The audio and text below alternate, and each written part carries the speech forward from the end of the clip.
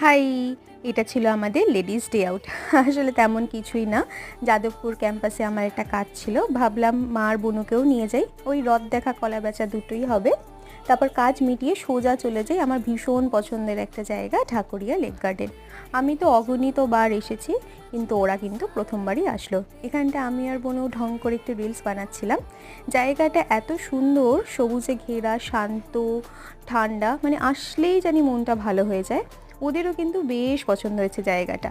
তারপর ওখানটায় সময় কাটিয়ে যখন আমরা বেরোচ্ছিলাম, চোখে পড়লো এই সাফারি পার্ক জায়গাটা। তেমন কিছুই না, এটা একটা চিলড্রেন্স প্লেগ্রাউন্ড এরিয়া, কিছু ওয়ার্কআউটেরও জিনিসপত্র ছিল। দোলনা তো আমার আর মায়ের বরাবরের প্রিয়, আমরা দেখলেই উঠে পড়ি।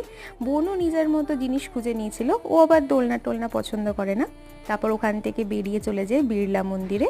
এটা রাধাকৃষ্ণ মন্দির, ভীষণ সুন্দর মন্দিরটা। বালিগঞ্জে গেলে এই মন্দিরটি অবশ্যই যেও, ভালো লাগবে।